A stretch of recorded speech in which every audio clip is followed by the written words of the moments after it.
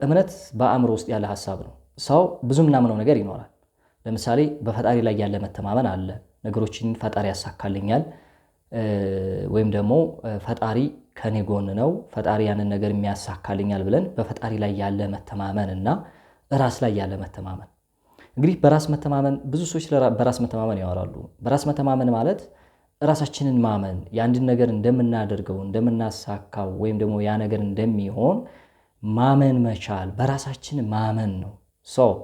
በራሳችን ማመን ብቻ ደግሞ በቂ አይደለም ብዬ አስባለሁኝ። እንግዲህ አሁን ላይ ብዙ ሰዎች ስለ በራስ መተማመን ይላሉ። በራስ መተማመን አንድ ነገር ነው።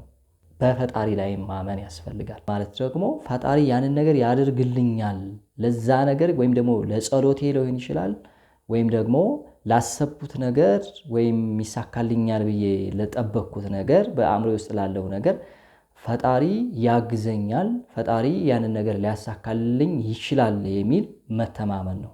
ስለዚህ በራስ ማመን ብቻም ሳይሆን በፈጣሪ ላይ ማመን ያስፈልጋል ብዬ አስባለሁኝ። ብዙ ጊዜ ስለ በራስ መተማመን በጣም ተደጋገመ። በራስ መተማመን የሚሉ ሰዎች አሉ። በነገራችን ላይ ለስኬት በራስ መተማመን ብቻ በቂ አይደለም። መተማመንን ስንገልጸው ያ መተማመን ደግሞ ከሁለት ነገሮች የመጣ ነው። የመጀመሪያው ያንን ነገር ፈጣሪ እንደሚያደርግልኝ ወይም ደግሞ ለዛ ለጸሎት ምላሽ ፈጣሪ ምላሽ እንደሚሰጠኝ ማመን ነው። ሁለተኛው ነገር ደግሞ እኛም ለዛ ነገር በቂ እንደሆን ማመን መቻል ነው። ስለዚህ በራስ ላይ ብቻ በመተማመን ስኬታማ መሆን አይቻልም። በፈጣሪም ላይ ያለ መተማመንም ያስፈልጋል ማለት ነው። ብዙ ሰዎች ስለ በራስ መተማመን እያሉ በጣም የተደጋገመ ቶፒክ ሆኗል ይሄ ነገር። ምንም ያህል በራሳችን ብንተማመን፣ ምንም ያህል ነገር በራሳችን ብንብቃቃ፣ የቱንም ነገር ብንሰራ የፈጣሪ ኃይል የፈጣሪ ችሎታ ካልተጨመረበትና የፈጣሪ ፍላጎት ካልተጨመረበት ምንንም ነገር ማሳካት አንችልም። ስለዚህ በራስ መተማመናችንን አዳብረን ግን ያ ነገር ሊሳካ የሚችለው ደግሞ የፈጣሪ ፍላጎትና መሻት ሲጨመርበት መሆኑን ልናቅ ይገባናል ማለት ነው። ለምሳሌ ምንም ነገር ሞክሩ። የተለያዩ ስራዎችን ለመስራት የተለያዩ ነገሮችን ለማግኘት ሞክሩ። በራሳችሁ ጥረት የሆነ ቦታ ላይ ልደርሱ ትችላላችሁ። ከሆነ ስቴፕ በኋላ ግን መንቀሳቀስ አትችሉም። ምናልባት ብዙዎቻችሁ ብዙ ነገር እየሰራችሁ ብዙ ነገር እያደረጋችሁ ውጤት ላታው ትችላላችሁ፣ ወይም ደግሞ የሚጨበጥ ነገር ላታገኙ ትችላላችሁ። ይሄም የሆነበት ትልቁ ምክንያት ምንድነው? በራሳችን ብቻ ስላመነ ነው። በራስ መተማመናችን ብቻ ላይ ዲፔንድ ከሆን በፈጣሪ ላይ ያለን እምነት ካልተጨመረበት ምንም ነገር ሊሳካልን አይችልም።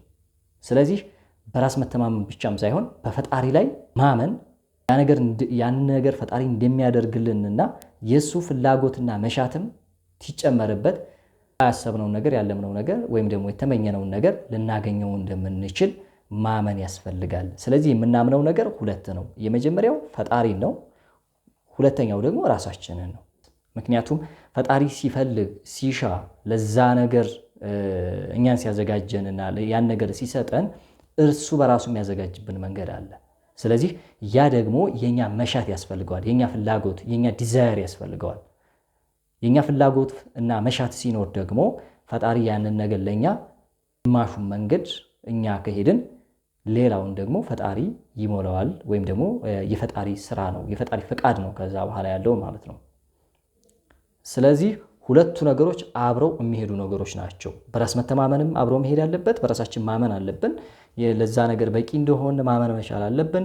ያ ነገር እንደሚያስፈልገን መቀበል አለብን። ከዛ በኋላ ደግሞ ያንን ነገር ደግሞ ሊያደርግን የኛ ጥረት እንዳለ ሆኖ የኛ ልፋት የኛ ጥረት እንዳለ ሆኖ የፈጣሪ መሻትና ፍላጎት ደግሞ